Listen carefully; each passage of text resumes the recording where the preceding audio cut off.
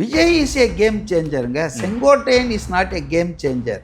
Vijay has already become a game changer. திமுக அதிமுக என்ற இந்த இருதுருவ அரசியல் தமிழ்நாட்டில் அதை மாற்றக்கூடிய கேம் சேஞ்சராக இவர் வந்துட்டார் விஜய்.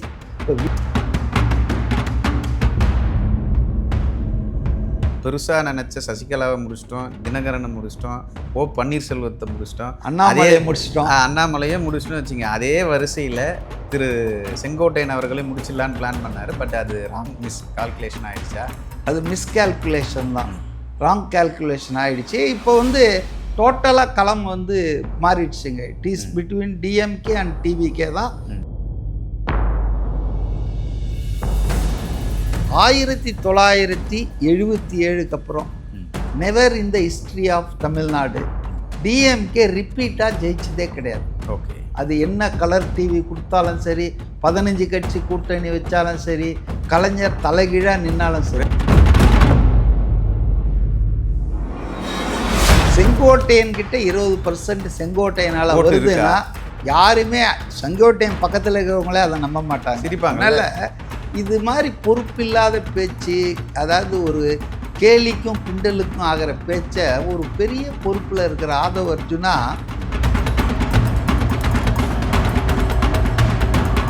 அதிமுக கூட்டணி திமுகவை தோற்கடிக்கிற அந்த சந்தர்ப்பம் அது மாறி திமுக தோற்கடிக்கப்படுவது அது கான்ஸ்டன்ட், அது நிரந்தரம். 2026 இப்போ யார் அதை தோற்கடிக்க போகிறார்கள் என்பது தான் மாறி இருக்கு.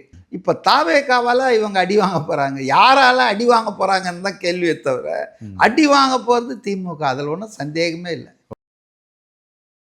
நியூஸ் டுடே தமிழ் நேயர்களுக்கு வணக்கம். நான் லோகநாதன். இன்று நம்மோடு சிறப்பு விருந்தினராக கலந்து கொள்ள இருப்பவர் அரசியல் விமர்சகர் ஐயா மதிவாணன் நம்மோடு இருக்கிறார். அவரிடம் சில கேள்விகளை முன்வைக்கலாம். சார் வணக்கம். வணக்கம். இன்னைக்கு அரசியலில் பரபரப்பாக பேசக்கூடியது செங்கோட்டையன் தாவேகாவில் இணைந்திருக்கிறார். விஜய்க்கு இது ஒரு மிகப்பெரிய ஒரு ப்ளஸ்ஸாக இருந்தாலும் அதிமுகவிற்கு ஒரு மிகப்பெரிய ஒரு மைனஸாக பார்க்கணுமா? உங்களுடைய அனுபவத்திலேருந்து நீங்கள் என்ன சொல்ல விரும்புகிறீங்க? நிச்சயமாக அதிமுகவுக்கு இது ஒரு சிரமம்தான். அதாவது கொங்கு பெல்ட்டில் ஒரு நாடறிஞ்ச மாநிலம் முழுவதும் அறியப்பட்ட எம்ஜிஆர் ஜெயலலிதா காலத்திலிருந்து அதிமுகவோடு அடையாளப்படுத்தப்பட்ட திரு செங்கோட்டையன் அவர்கள் அவர்களை கட்சியிலேருந்து நீக்கினதே ஒரு தவறான முடிவு. அவர் அதுக்காக நான் செங்கோட்டையன் அமைப்பு ரீதியாக சில கட்டுப்பாடுகளை மீறினார். அவர் தலைமையை கேட்காம டெல்லிக்கு போய் அமித்ஷாவெல்லாம் சந்திச்சது, அப்புறம் தலைமைக்கே அல்டிமேட்டம் கொடுத்தது, இத்தனை நாளுக்குள்ளே சேர்த்துக்கலான்னா நடக்கிறதே வேறுன்னு. அது எந்த கட்சியிலையும் யாரும் அனுமதிக்க மாட்டாங்க. ஸோ அதனால் அவர் கட்டுப்பாட்டை மீறினார், அந்த ஒரு அமைப்புக்கு ஏற்றா போல் இல்லை. அதனால் அவருக்கு தண்டிக்க வேண்டிய ஆள் தான். பட்டு தண்டனை ரொம்ப சீரியஸாக கொடுத்துட்டாங்க, சிவியராக. ஓகே, ஒரு முதலமைச்சராக வேட்பாளராக இருக்கக்கூடிய தகுதி உள்ள ஒருவரை கண்டிச்சு விட்டுருக்கலாம். அவருக்கு தான் கொடுக்க வேண்டியதாக இருந்தது. ஆமாம், முதல்ல அவருக்கு தான் ஆஃபர் பண்ணாங்க சசிகலா. பட்டு அவர்கிட்ட அந்த அளவுக்கு ஃபண்ட்ஸை மொபைலைஸ் பண்ண முடியல. அதனால் எடப்பாடிக்கு போச்சுங்க. அதனால் அப்படிப்பட்ட ஒரு ஆளை கண்டித்து உள்ளே வச்சுருந்துருக்கலாம். பட் அவரை தண்டித்து அவரை மெம்பர்லேருந்தே எடுத்தது அதிமுக செய்த ஒரு டாக்டிக்கல் மிஸ்டேக்கு. அதன் விளைவு இப்போ அவரை நம்ம ஒன்றும் குறை சொல்ல முடியாது. அவர் கட்சியிலே இல்லை, ஒரு பொது வாழ்க்கையில் 50 வருஷத்துக்கு மேலே இருந்தவர். இப்போ அவர் செயல்படணும், களத்தில் இருக்கணும்னா அவருக்கு ஏதோ ஒரு ஆர்கனைசேஷனில் செயல்பட்டாகணும்ல. இப்போ ஓபிஎஸ் மாதிரி தனி மனிதனாக சுற்றிட்டு இருக்க முடியாது. ஸோ அவருக்கு இருக்கிற ஆப்ஷன் என்னை பொறுத்த வரைக்கும் பாஜகவோடு அவருக்கு எவ்வளோ ஐடியாலஜிக்கல் அஃபினிட்டி, சித்தாந்த புரியாக இருக்குதுன்னு எனக்கு தெரியாது. ஆனால் பாஜக தலைவர்கள் சில பேர் அறிமுகம் இருக்குது. அமித்ஷாவை பார்த்துருக்காரு, நிர்மலா சீதாராமன் எல்லாம் கூட முன்னால் பல முறை பார்த்துருக்காரு. அது 2 கட்சியும் கூட்டணி வச்சிட்டு இருக்கும்போது நடந்த விஷயம்னு வச்சிங்களேன். ஆனால் இன்றைக்கி அதிமுகவும் பாஜகவும் அஃபிஷியலாக கூட்டணியில் இருக்கும்போது அதிமுகவிலிருந்து வெளியேற்றப்பட்ட செங்கோட்டையன் நான் வரேன்னு சொன்னால் கூட பாஜக சேர்த்துக்குவாங்களாம். அண்ணாமலையே தலைவர் பதவியிலேருந்து நீக்கிட்டு தான் கூட்டணிக்கே நிபந்தனை ஏற்று எடப்பாடியுடைய நிபந்தனை அமித்ஷா வந்திருக்காரு. அதனால் பாஜக விரும்பினாலும் இவர் போனோன்னு நினைச்சாலும் அது கதவு மூடி இருக்கு. ஓகே, சேர்க்க அது மாட்டாங்க. அப்போ அடுத்த ஆப்ஷன் என்னன்னு பார்த்தீங்கன்னா இதுதான் திமுக. பெரும்பாலான அதிமுக தலைவர்கள் வந்து கட்சி மாறினாங்கன்னா போகிற இடம் வந்து திமுகவாக தான் இருக்கும். போகிற இடத்துல செல்வாக்காகவும் இருக்கிறாங்கல்ல. ஆமாம். அதாவது இன்னைக்கு அமைச்சரவையில் ஒரு 7-8 பேர் அதிமுக மந்திரி சபையில் இருந்தவங்க அதிமுகவில் இருந்தவங்க தான். ரகுபதி, முத்துசாமி, ஏவாவேலு, செந்தில் பாலாஜி, சேகர் பாபு, கண்ணப்பன், இப்படி லிஸ்ட்டை வாசிக்கலாம். நிறைய பேர் இருக்காங்க. அது திமுகவிலே புகைச்சல் இருக்குது. என்னடா நம்ம காலங்காலமாக உழைச்ச ஆளுங்கள்லாம் இன்னும் வந்து கடைகோடியில் இருக்கோம். அதிமுகவில் அனுபவிச்சுட்டு அங்கே தோற்ற உடனே இங்கே வந்து எல்லாம் ராஜாங்கம் பண்ணுறாங்கன்னு.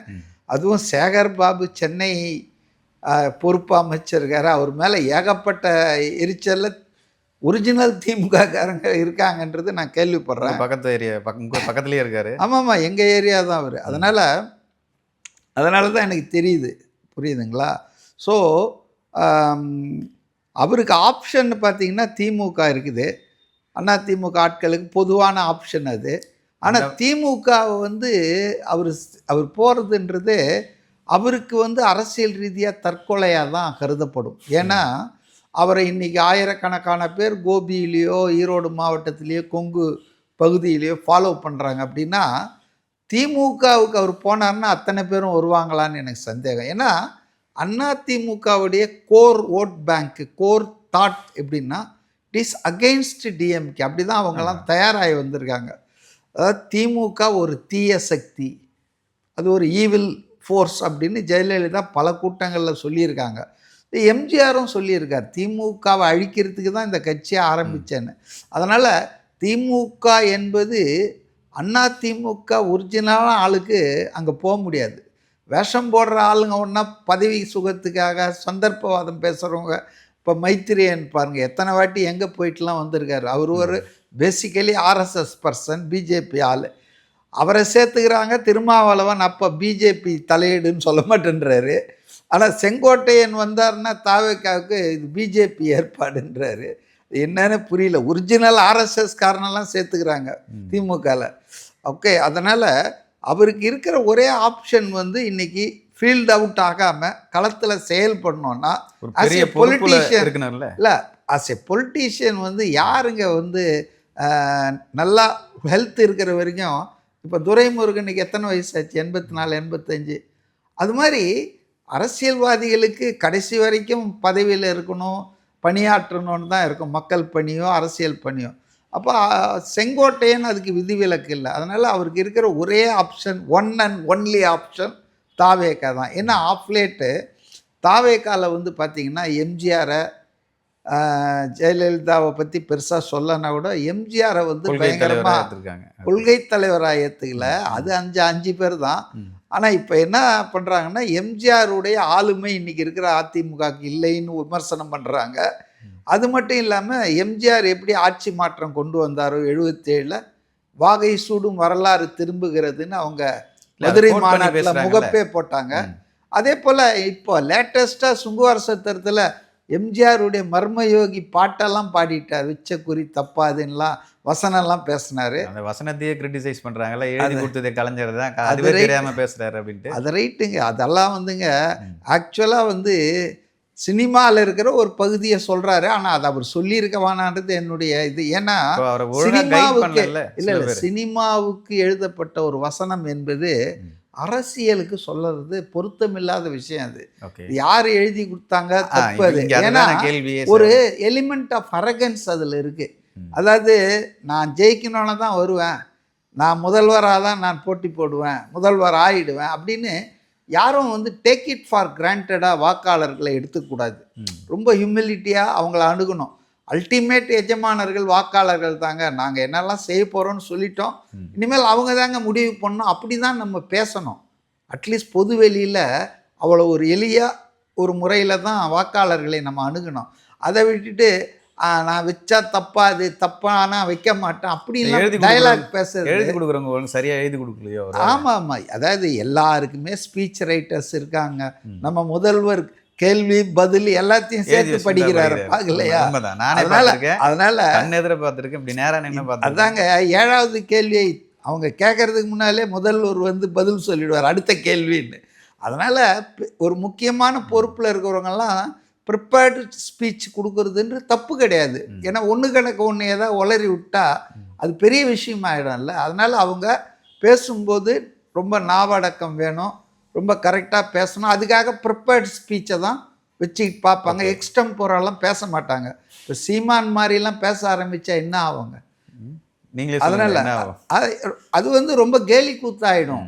ஒரு பொறுப்பில் இருக்கிறவங்க திடீர்னு வந்து ஏதாவது ஒரு நாகரிகம் இல்லாமல் ஒரு மாதிரி கவனக்குறைவாக பேசினா அது பொது வெளியில் அந்த கட்சிக்கு வந்து மரியாதையை குறைக்கும். தலைவருக்கு மரியாதை குறையிறது மட்டும் இல்லை, ஒட்டுமொத்த கட்சிக்கே வந்து மரியாதை குறைஞ்சிரும். அதனால் பேசுகிறதெல்லாம் நான் தப்புன்னு சொல்ல, ஆனால் பொருத்தமாக பேசணும்.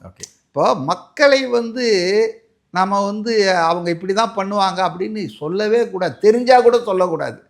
நம்ம தான் ஜெயிக்க போகிறோம் 100%, நம்ம கட்சி தான் ஜெயிக்க போகுது தெரிஞ்சால் கூட நம்ம எண்ணி ரிசல்ட் டிக்ளேர் பண்ணுறதுக்கு முன்னால் வரைக்கும் மக்கள் தீர்ப்புக்காக காத்திருக்கிறோங்க. மக்கள் என்ன அந்த எளிமை வேணும், ஹியூமிலிட்டி வேணும். அது கொஞ்சம் மிஸ்ஸிங்காக இருந்தது விஜய் கிட்ட அந்த ஸ்பீச்சில்.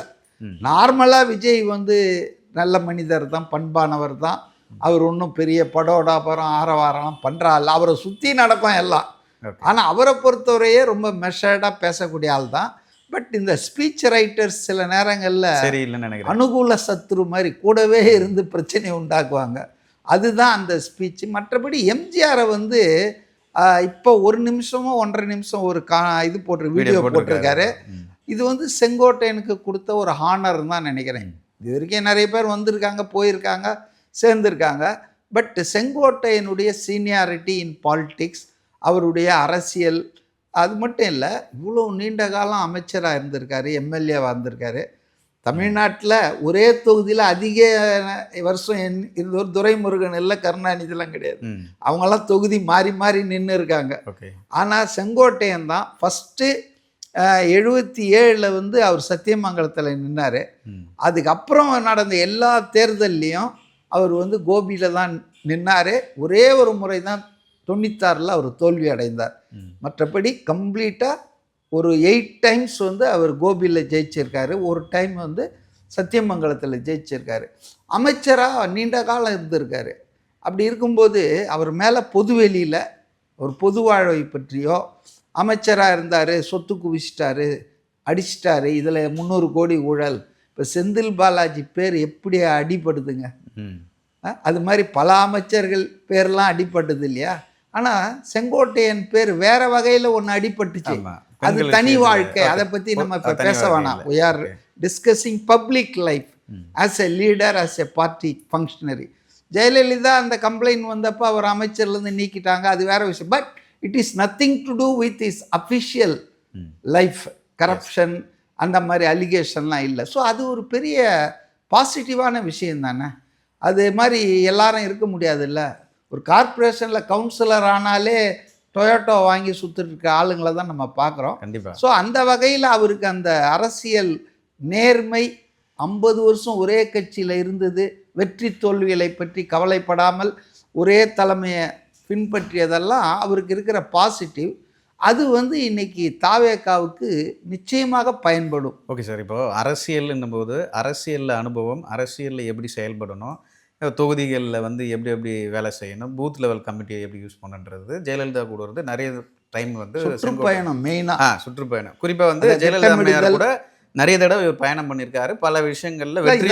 இவர் தான் அதை வந்து சூப்பர்வைஸ் கூடவே போய். இது வந்து விஜய்க்கு எந்த அளவுக்கு பாசிட்டிவா இருக்கும்? ஏன்னா அவர்கிட்ட அனுபவமான ஒரு நபர்கள் பேர இல்ல. 2.5 வருஷம் கட்சி கிட்ட எப்படிங்க அனுபவம் இருக்கும்? இல்ல அனுபவமான ஆட்கள் இல்லையே. இல்ல 50 வருஷ கட்சியும் 75 வருஷ கட்சியும் இருக்கிற அனுபவம் 2.5 வருஷம் கட்சி கிட்ட இருக்கணும் நம்ம எதிர்பார்க்கறதே தப்பு இல்லையா? இந்த மாதிரி யாராவது வேற கட்சியிலேருந்து வந்து சேர்ந்தாதான் அந்த அனுபவம் கிடைக்குமே தவிர, இவங்க கட்சிக்கே வந்துன்னா இனிமேல் பிறந்திருக்கிற ஆளுங்க தான் வந்து சேர்ந்தாதான் இனிமேல் இளைஞர்கள் தான். அதனால் இப்போ விஜய்க்கினுடைய சுற்றுப்பயணத்தை திட்டமிடுவதற்கு செங்கோட்டையனுடைய கடந்த கால அந்த அனுபவங்கள், பயணங்கள், திட்டமிடல் பெருசாக உதவும் தான் நான் நினைக்கிறேன். அதே மாதிரி எலெக்ஷனுக்கு எப்படி செலவு பண்ணுன்ற யுக்தியும் வந்து செங்கோட்டையனுக்கு தெரியும், எடப்பாடிக்கும் தெரியும். இப்போ ஒரே டைமில் வந்து ஆப்போசிட் 2 பேர் வந்து மோதிக்கிறாங்க. இந்த நேரத்தில் எப்படி இப்போ கையில் காசு இருந்தாலும் செலவு பண்ணல. எப்படி செலவு பண்ணன்ற அந்த ஐடியா வந்து தெரியாது விஜய் அவர்களுக்கு. இப்போ இந்த விஷயம் வந்து ஒரு பெரிய ப்ளஸ்ஸா அமையுமா? முன்னாடி இருந்த விஷயத்துக்கும் செங்கோட்டையன் சேர்ந்தது பிறகு இருக்கும் ஒரு பெரிய மாற்றம் ஒண்ணு வருமா தவக்கவில? அதாவதுங்க ப்ராக்டிக்கல் எக்ஸ்பீரியன்ஸுன்றது ரொம்ப ரொம்ப பெஸ்ட்டுங்க. ம். தியரிட்டிக்கலாக நம்ம வந்து கொள்கையை பேசுறது, மக்களை சந்திக்கிறதெல்லாம் வேறு விஷயம். ஆனால் அந்த தேர்தல் நாளன்று வாக்குச்சாவடிக்கு வாக்காளர்களை கொண்டு போய் சேர்ப்பது, அந்த கட்சியினருடைய கட்சிக்கு ஆதரவாக மனநிலையில் இருக்கிறவங்கள வாக்குச்சாவடிக்கு எடுத்துன்னு போய் அவங்க வாக்கை பதிவு பண்ண வைக்கிறதெல்லாம் ஒரு பெரிய டாஸ்க்குங்க. அது வந்து அதனால தான் பூத் லெவல் ஏஜென்ட்ஸ் வந்து பூத் லெவல் ஃபங்க்ஷனரிஸ் வந்து ரொம்ப ரொம்ப முக்கியங்க. நீங்கள் தலைவர்கள் பேசிட்டு போயிடலாம், ஆனால் உங்களுக்கு ஓட்டு போடணும்னு நினைக்கிறவன் வீட்டில் படுத்துன்னு இருப்பான். அவனை அந்த வாக்குச்சாவடி கொண்டு போய் அவனை பதிவு பண்ண வைக்கணும். அப்போ தான் அதனுடைய ரிசல்ட் நமக்கு கிடைக்கும். அதனால் வந்து இன்றைக்கான திமுக அதிமுகக்கு அடுத்து தாவேகா தான் கிரவுண்ட் லெவலில் எல்லா பூத்துலேயும் அநேகமாக 68,000 சொச்சம் பூத் இருக்குதுன்னு நினைக்கிறேன் தமிழ்நாட்டில். 234 சட்டமன்ற தொகுதிகளில் அத்தனை பூத்துலேயும் வந்து ஒரு 10 பேராவது பணியாற்றுவதற்கு இருக்காங்க. பெரும்பகுதி அவங்க இளைஞர்களாக இருப்பாங்க. அவங்க வந்து இந்த ப்ராக்டிக்கல் எக்ஸ்பீரியன்ஸ் இல்லாமல் இருக்கலாம், இல்லை சில கட்சிகளுக்கு தேர்தலுக்காக வேலை செஞ்ச அனுபவம் கூட இருக்கலாம். அப்போ அவங்க வந்து இன்றைக்கி வந்து செங்கோட்டையன் போல ஆட்கள் இப்போ அவரை பின்தொடர்ந்து நிறைய பேர் வருவாங்கன்னு நான் நினைக்கிறேன். அதான் the way is considered in TVK, அவருக்கு என்ன அந்தஸ்து கொடுக்குறாங்க, என்ன மாதிரி அவரை வரவேற்கிறாங்க, என்ன மாதிரி அவரை வந்து பயன்படுத்துகிறாங்கன்றதை பொறுத்து ஈவன் திமுகலேருந்து கூட நிறைய பேர் போகலான்னு நான் நினைக்கிறேன். அதனால் வந்து செங்கோட்டையனுக்கு இம்பார்ட்டன்ஸ் கொடுத்துருக்காருன்னு தான் விஜய் ஒரு நிமிஷம் அந்த காணொலி பார்த்தேன் நான். அதில் செங்கோட்டையனை பற்றி மட்டும்தான் பேசியிருக்காரு. இது வரைக்கும் யார் வந்தப்போ அதெல்லாம் அவர் பேசுனதில்லை. ஆதவர்ஜுனா நிறைய பேர் வந்தாங்க. அதனால் இது செங்கோட்டையன்னு அவர் அண்ணன் செங்கோட்டையன் பேசிதான் அண்ணன் பேசாமல் இருந்தால் யாரும் ஒன்றும் கேஸ் போட போகிறது இல்லையா. ஒருத்தரை வந்து தனியாக குறிப்பிட்டு இவர் வருகை நமக்கு அரசியலுக்கு பயன்படும், கட்சிக்கு வளர்ச்சிக்கு பயன்படும்னு விஜய் வந்து அண்ணன் செங்கோட்டையன்னு சொல்கிறாருன்னா அது வந்து அவருக்கு ஒரு பெரிய இம்பார்ட்டன்ஸான ஒரு ரோல் இருக்குன்றத இண்டிகேட் பண்ணுது. அதனால் இதை பார்த்து நிறைய பேர் அதிமுகலேருந்து வருவாங்க. நிறைய பேருக்கு வந்து பூனைக்கு யார் மணி கட்டுறதுன்னு தான் இருந்தாங்க. அதுக்கப்புறம் எங்கே போய் கட்டுறதுன்னு இருந்தாங்க. இப்போ இன்றைக்கே பார்த்தீங்கன்னா ஒரு 50 பேர் வந்திருக்காங்க. கோபிச்செட்டில் நேற்று கிளம்பி வந்து குறிப்பிட்டு சொல்லணும்னு சொன்னால் இந்த சத்யபாமான்றவங்க முன்னாள் மாநிலங்களவை உறுப்பினர் அவங்க வந்திருக்காங்களா, ஒரு எக்ஸ்எம்பி வந்துட்டாங்களே, இன்னொரு ஆக்டிவிஸ்ட்லாம் வந்திருக்காங்க. பல ஆயிரம் பேர் வருவாங்கன்னு நினைக்கிறேன் தமிழ்நாடு பூரா, not only in Gobi, Erode district. இப்போ எடப்பாடியோட நிலைமை என்ன, அதிமுகவோட நிலைமை என்ன? எடப்பாடி வந்து ஃபர்தராக வீக்கன் ஆகிறாருங்க. நேற்று கூட நான் ஒருத்தர்கிட்ட சொன்னேன், தமிழ்நாடு பாலிட்டிக்ஸ் வந்து ஆல்வேஸ் போலரைஸ்ட். ஓகே, இங்கே 3வது ஆளுக்கு 4வது ஆளுக்கெல்லாம் இடமே கொடுக்க மாட்டாங்க.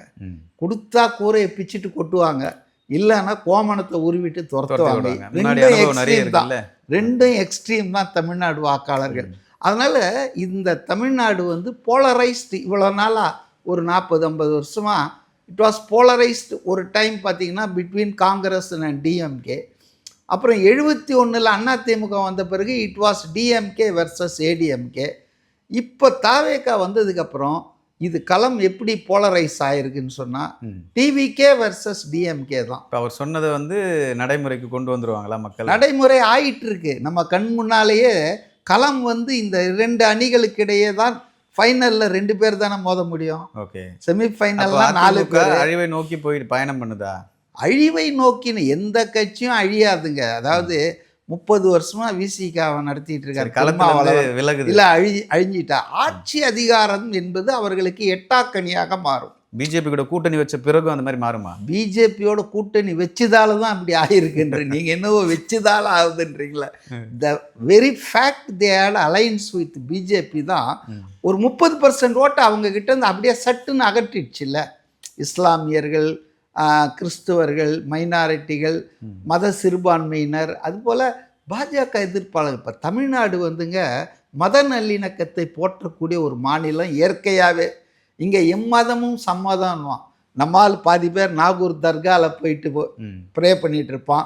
இந்த பக்கம் வேளாங்கண்ணி கோயிலில் போனீங்கன்னா இந்து நானே போயிருக்கேன், இந்து கோயிலில் இருப்பாங்க. ஏன் நானே போயிருக்கேன். நீங்க Hindu I visited several time Nagore and Velankanni. So இது நம்ம ட்ரெடிஷன்.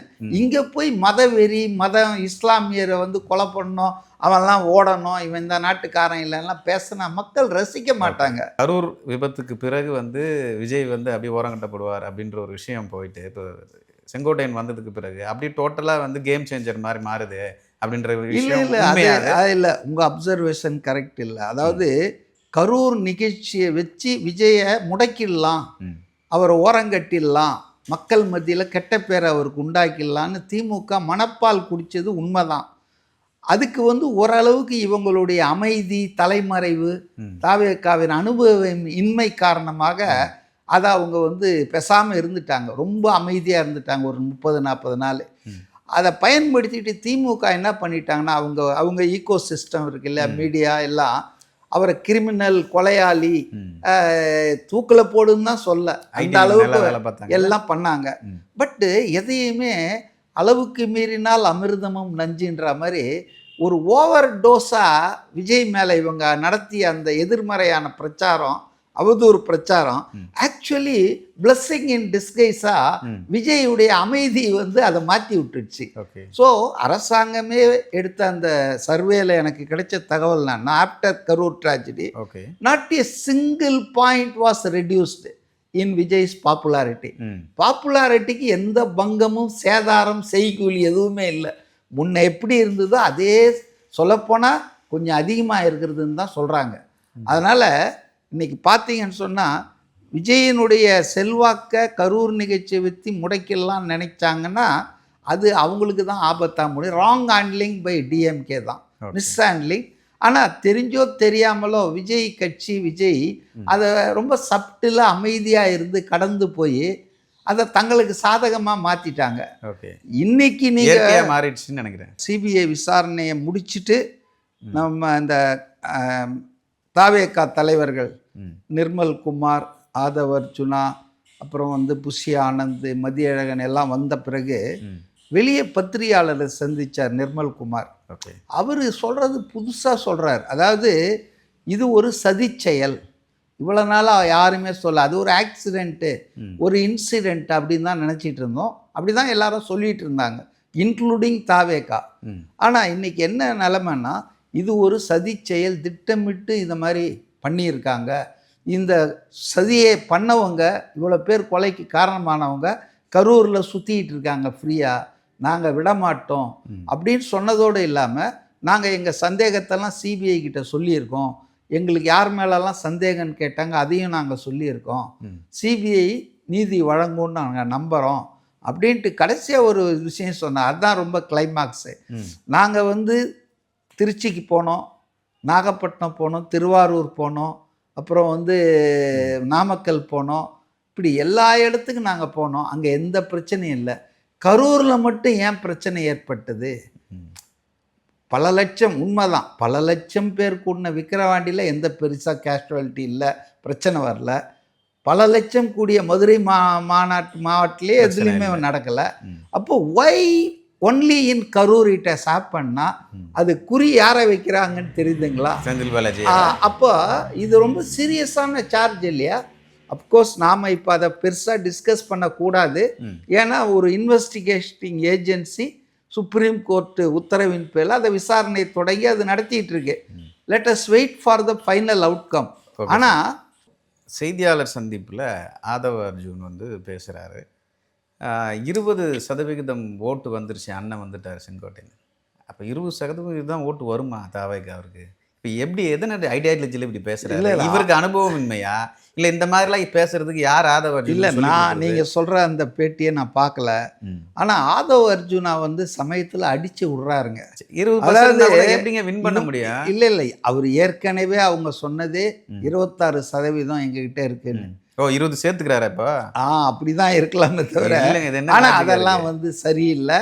அதாவது வந்து ஆட்களை கிச்சு மூட்டக்கூடாது, உற்சாகப்படுத்துகிற பேர் வழின்னு சொல்லிட்டு செங்கோட்டையன் கிட்ட 20% செங்கோட்டையனால் வருதுன்னா யாருமே செங்கோட்டையன் பக்கத்தில் இருக்கிறவங்களே அதை நம்ப மாட்டாங்க. சிரிப்பாங்க. அதனால் இது மாதிரி பொறுப்பில்லாத பேச்சு, அதாவது ஒரு கேலிக்கும் கிண்டலுக்கும் ஆகிற பேச்சை ஒரு பெரிய பொறுப்பில் இருக்கிற ஆதவ் அர்ஜுனா இது ஒரு முறை இல்லை, பல விஷயங்கள் பேசி இதுக்கு முன்னால் பேசிட்டு அப்புறம் ஹைகோர்ட் வரைக்கும் போய் அந்த ட்வீட்டை வாபஸ் வாங்கிட்டோம் நாங்கள், இளைஞர்கள்லாம் புரட்சி நடக்கும், இலங்கை மாதிரி நேபாள் மாதிரிலாம் சொன்னார். அதாவது அவருக்கு வந்து அரசியல் முதிர்ச்சி இல்லை, பக்குவம் இல்லைன்னு தான் நினைக்கிறேன்.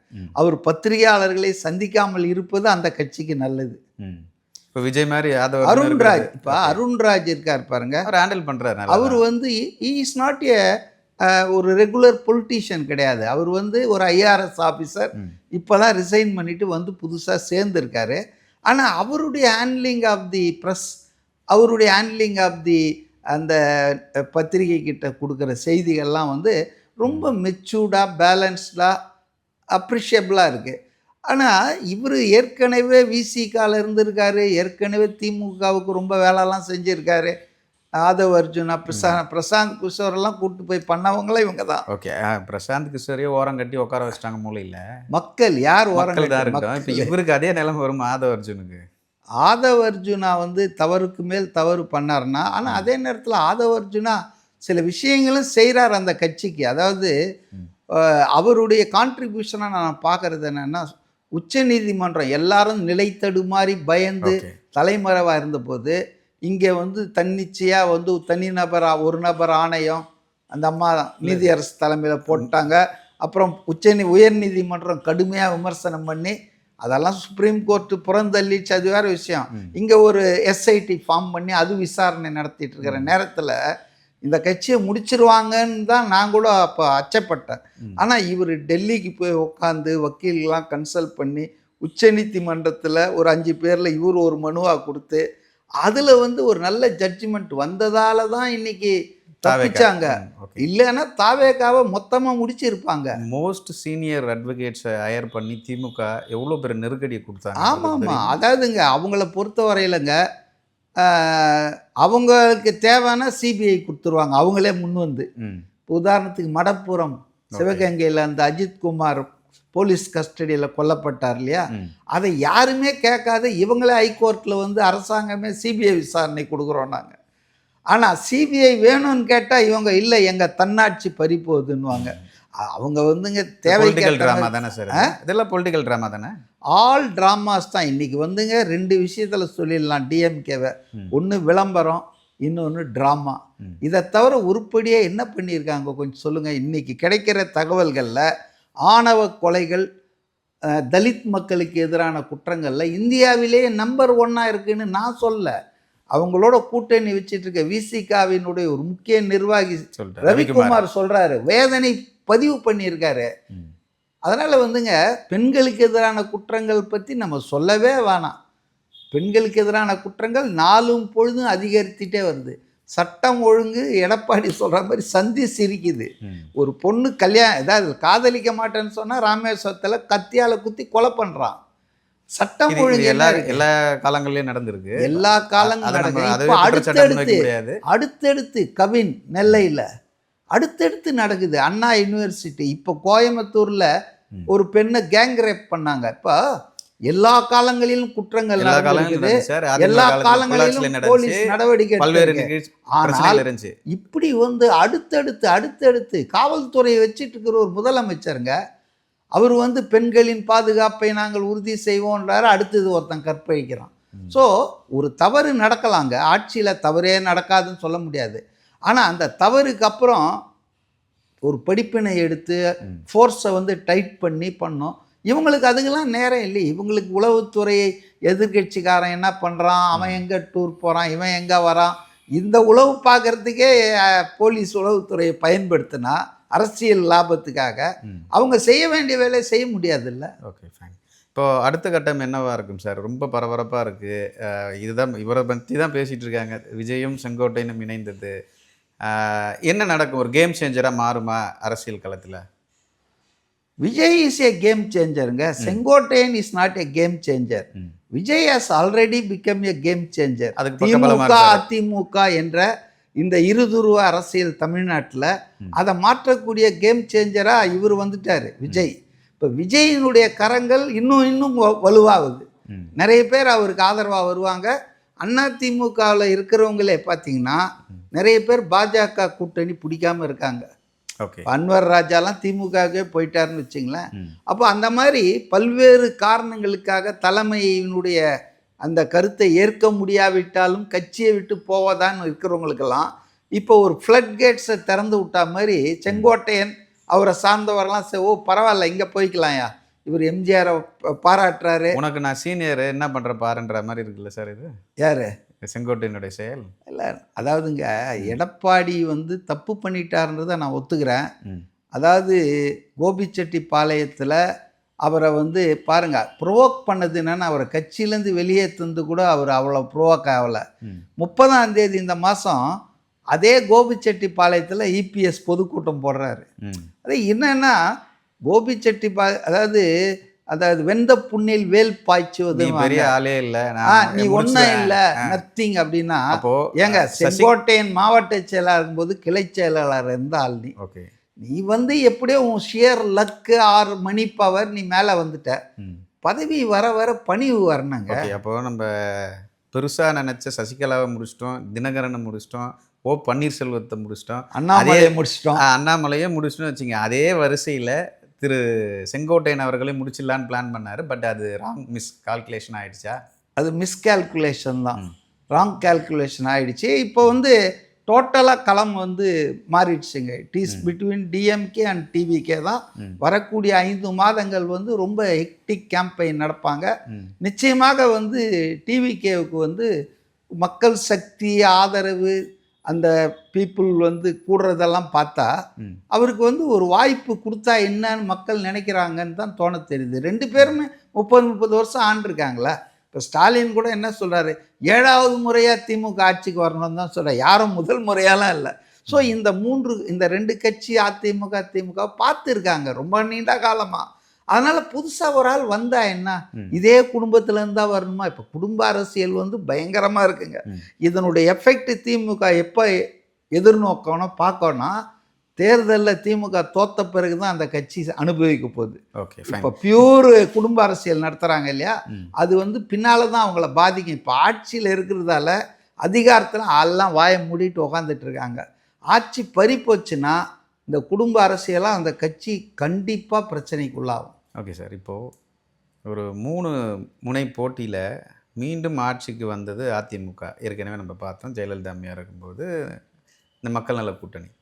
இப்போ இதே நிலைமை வந்து திமுகவுக்கு ப்ளஸ்ஸாக மாறுமா அப்படின்றது தான் கேள்வி. இப்போ விஜய் வராரு, அதிமுக வருது, திமுக வருது.